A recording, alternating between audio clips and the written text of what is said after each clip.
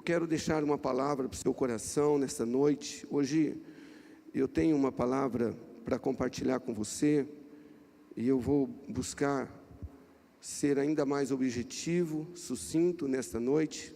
30 minutos no máximo é o tempo para me passar este recado de Deus para o seu coração. Lucas capítulo 12, eu quero ler o versículo 20 e o versículo 21.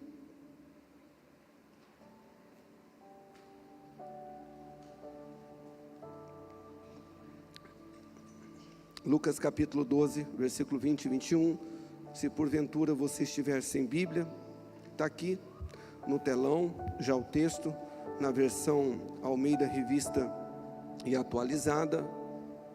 Lucas 12, versículo 20 e 21, está escrito assim: mas Deus lhe disse: louco, esta noite te pedirão a tua alma, e o que tens preparado, para quem será? Assim é o que entesoura para si mesmo e não é rico para com Deus. Vamos orar mais um pouquinho. Eu convido você a fechar os teus olhos.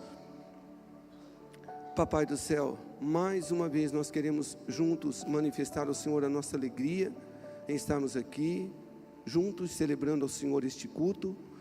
Nós somos gratos pela maneira como o Senhor já se manifestou através do louvor, da adoração, mas agora nós também queremos ouvir a Tua voz através da Tua palavra.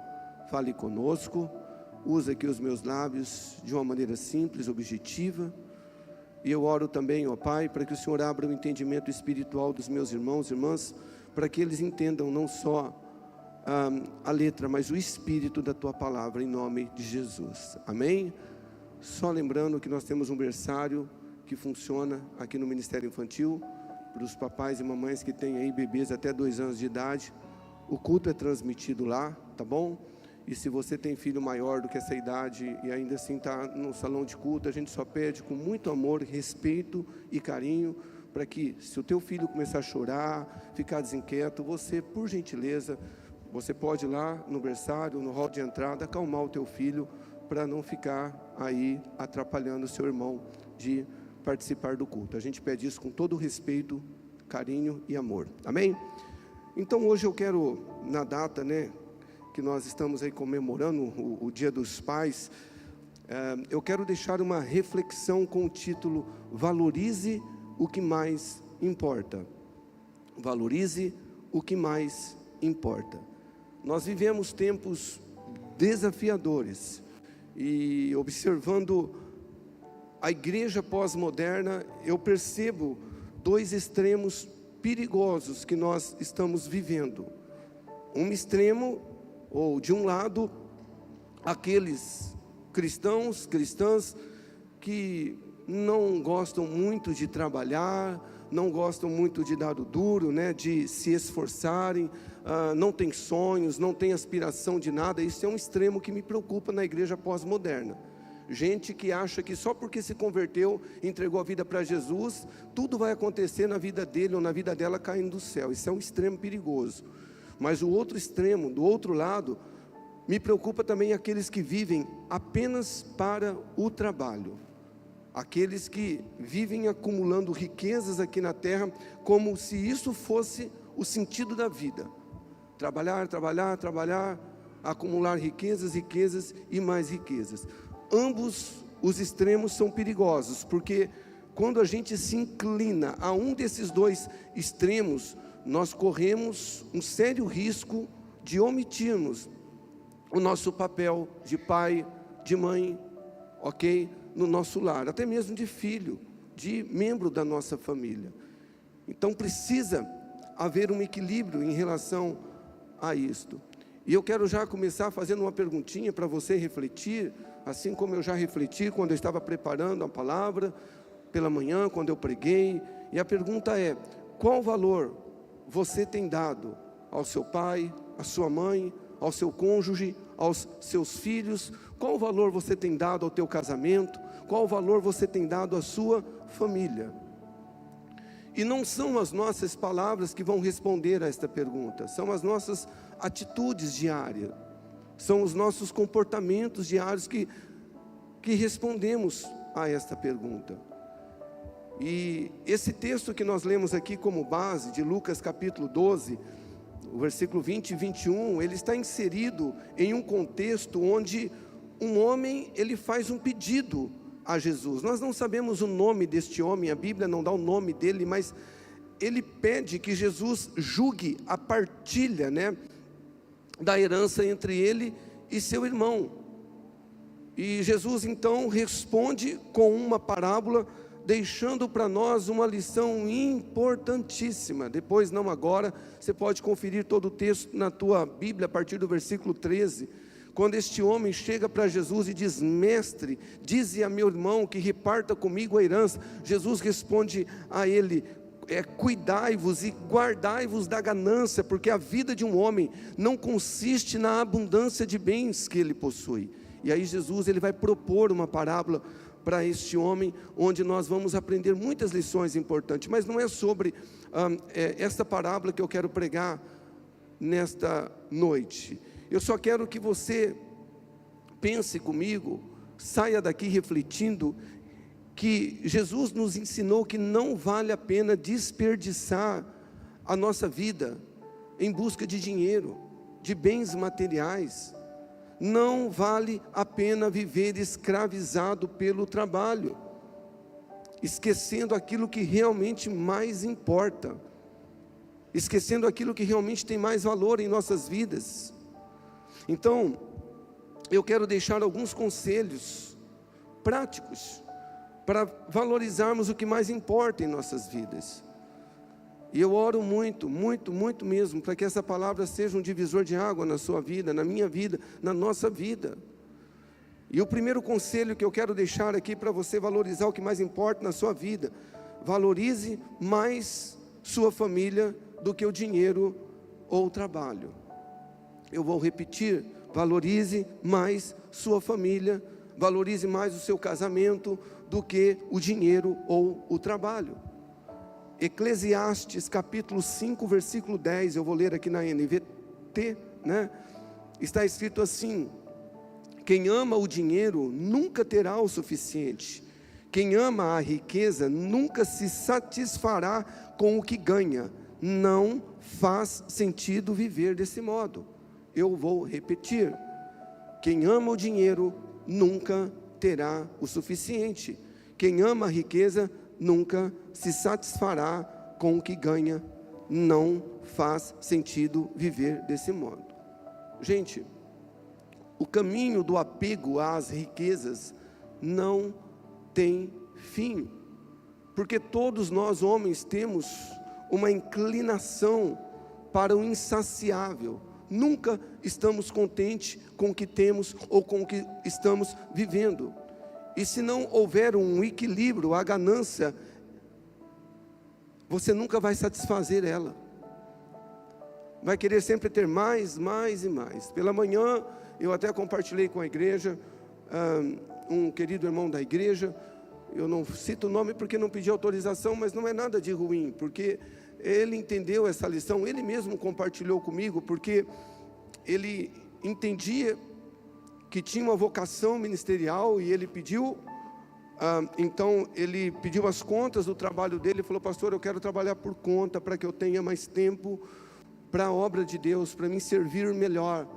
E ele começou a trabalhar como autônomo, e ele me disse na época, falou: olha pastor, se eu tiver uma renda, eu não me lembro o valor correto, tipo assim, 3, 4 mil, está ótimo, não preciso mais disso. E aí passou alguns meses, Deus abençoou ele, já estava com aquela renda, e eu discipulando ele, ele falou assim: olha pastor, eu chegando nos 7 mil, vai estar ótimo, para mim não preciso mais do que isso. E aí foi quando passou mais um tempo, aí ele falou assim, isso eu lembro, 10 mil, falou: eu estou tentando fechar nos 10 mil, está ótimo. Aí eu olhei para ele e falei: meu irmão, você está vendo como que é? Nós somos insaciáveis. Você lembra quando você começou? Ele lembrou, falou: pastor, realmente é isso mesmo. Então, meu irmão, hoje, por isso que eu falo dos dois extremos. Há um extremo dentro da igreja que as pessoas querem ficar ricas a todo custo. É por isso que há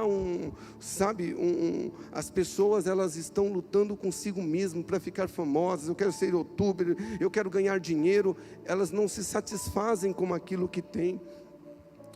e, consequentemente, ela valoriza mais o trabalho, mais o dinheiro, mais o ganho do que a sua família. E aqui está o conselho: valorize mais sua família do que o dinheiro ou o trabalho. Não faz sentido viver deste modo. Que modo? Você querendo satisfazer o seu ego, né? A sua vontade, porque não tem fim, isso não tem fim, isso não tem fim. Gente, eu não falo para vocês apenas, sabe, de uma maneira aleatória, assim, com um sermão. Eu falo de experiências que nós vivemos aqui mesmo.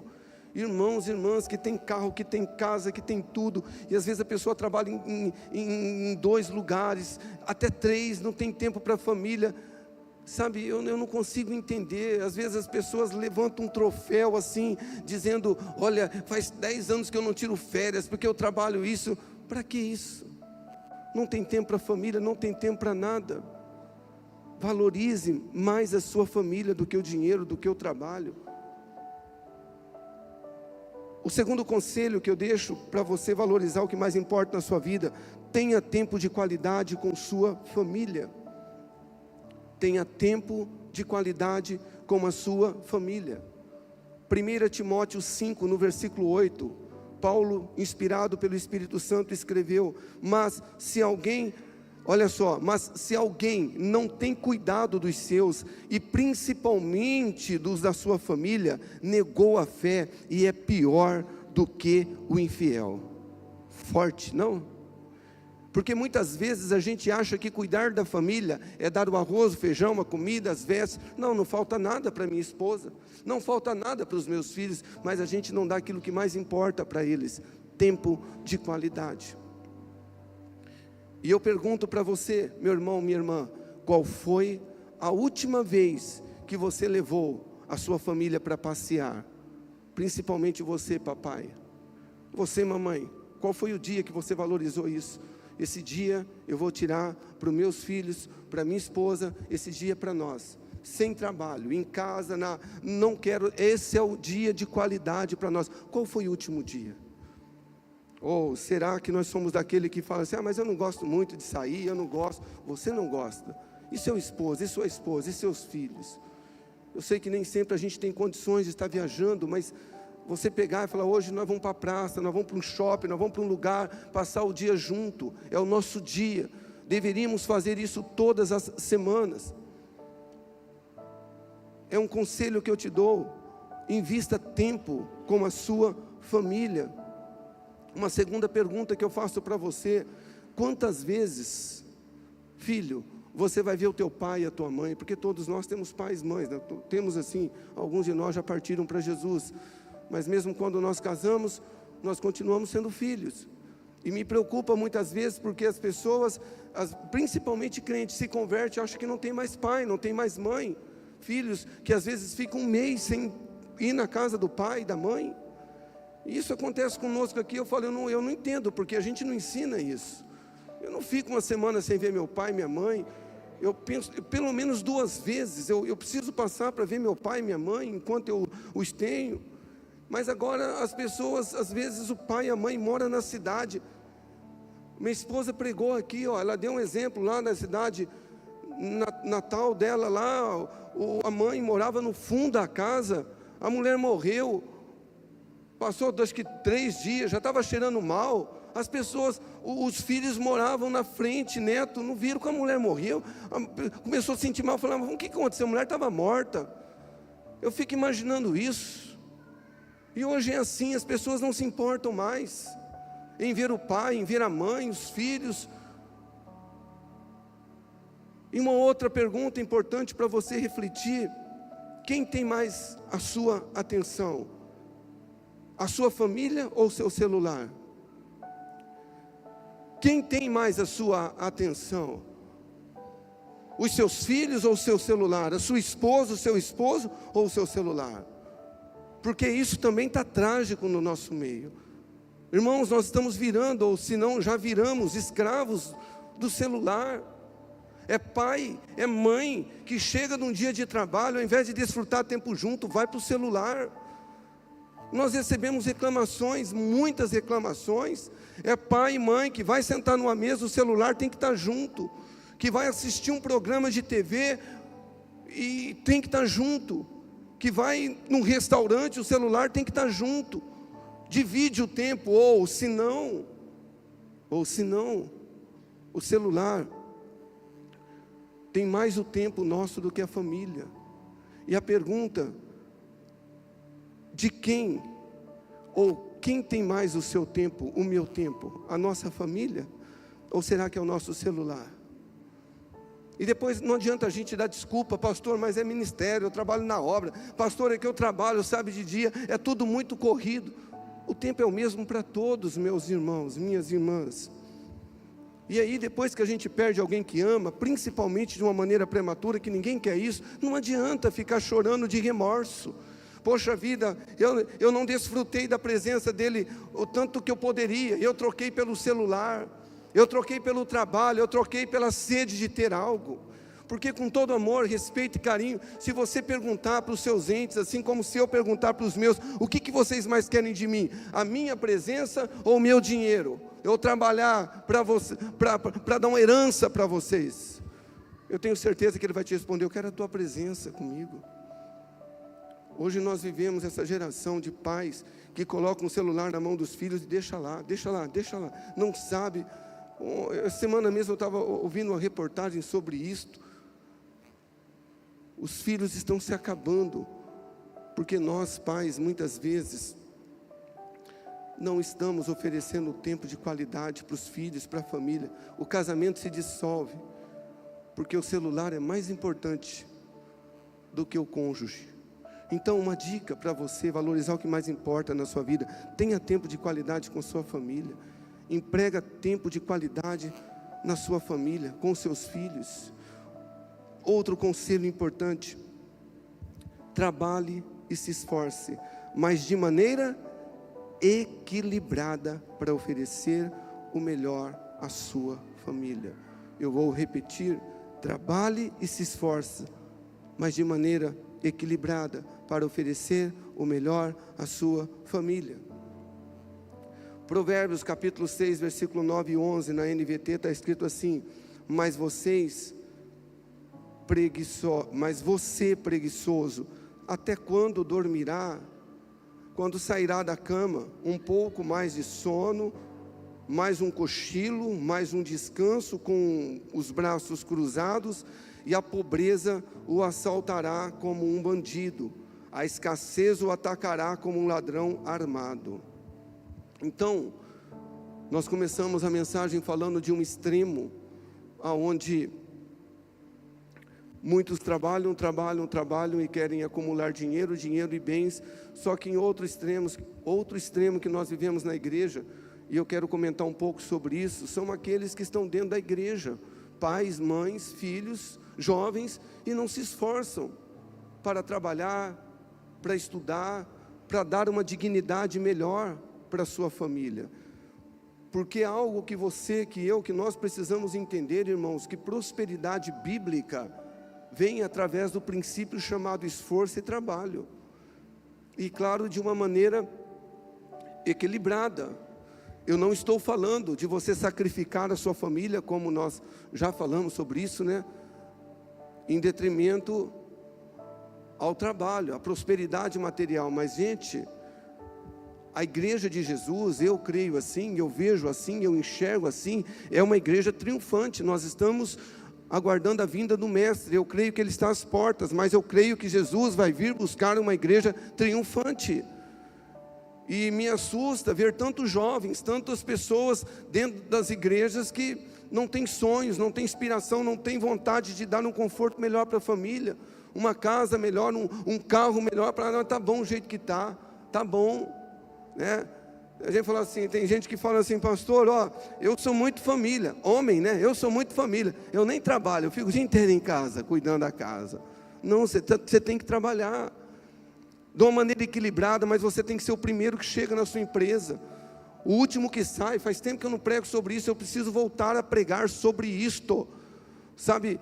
Prosperidade, para você dar uma dignidade para a sua família. Eu não estou falando de ostentação, Eu não estou falando de acúmulo de bens, mas de você dar uma dignidade para a sua família. Vem através do trabalho, de esforço. Você ser o primeiro que chega na empresa, o último que sai. Você não roubar o tempo do patrão com o celular. Trabalhar. Porque você não precisa trabalhar 12, 15 horas por dia, acabar com a tua saúde, com a tua família. Trabalhe de uma maneira bíblica, intensa, no período de 8 ou 9 horas. Mas dê o teu melhor. Que Deus também, Ele vai abençoar com o melhor para você. Mas faça isso de uma maneira equilibrada. Pense na tua família. Pare de pensar. Porque, irmãos, às vezes pastor, ninguém tem poder de persuasão sobre ninguém. Mas o tanto que eu prego sobre isso, tem gente que eu olho ainda e fala: pastor, para mim está tudo bem. Com todo o respeito, o carro está daquele jeito, não consegue nem fazer uma viagem de 10 quilômetros, mas a pessoa não tem desejo de falar: Senhor, me dê um carro melhor. Eu não estou falando de ostentação. O meu carro tem mais de 10 anos de uso, eu amo meu carro, estou super satisfeito, super contente com ele, pago ele, está ótimo, ok? Eu não estou falando para você de ostentação, mas de você falar: pai, eu quero um bom carro, eu quero dar um conforto melhor para a minha família. Isso é importante, pai, principalmente você, pai. Sonhar, ser zeloso com as suas coisas, com a sua moto, com o seu carro. O meu carro tem mais de 10 anos de uso, mas vai lá ver ele, todo bonitinho, tudo em ordem. Dignidade para a sua família. Está aqui, ó, trabalhe e se esforce de maneira equilibrada para oferecer o melhor para a sua família. Porque tudo isso, os nossos filhos estão olhando para nós, enxergando o nosso exemplo. E quarto e último conselho: pague o preço em oração pela sua família. Pague o preço em oração pela sua família. Jó, capítulo 1, versículo 5.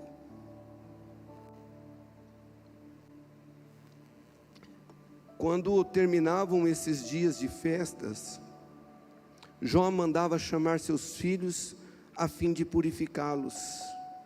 Levantava-se de manhã bem cedo e oferecia um holocausto em favor de cada um deles, pois pensava: pode ser que meus filhos tenham pecado e amaldiçoado a Deus em seu coração. Essa era a prática, o que, igreja? Habitual de Jó. Não está escrito: Jó fazia isto algumas vezes. Não, essa era a prática habitual de Jó. Eu não tenho tempo para pregar sobre Jó para você, mas leia depois na tua casa os 2 primeiros capítulos pelo menos de Jó. Você vai entender pelo contexto que Jó era se não o homem mais rico daquela época. Mas a Bíblia fala que ele levantava-se de manhã bem cedo para orar pela sua família. Essa era a prática habitual de Jó. E olha aqui para mim: se você quer valorizar aquilo que mais importa na tua vida, ore, interceda diariamente pela sua família.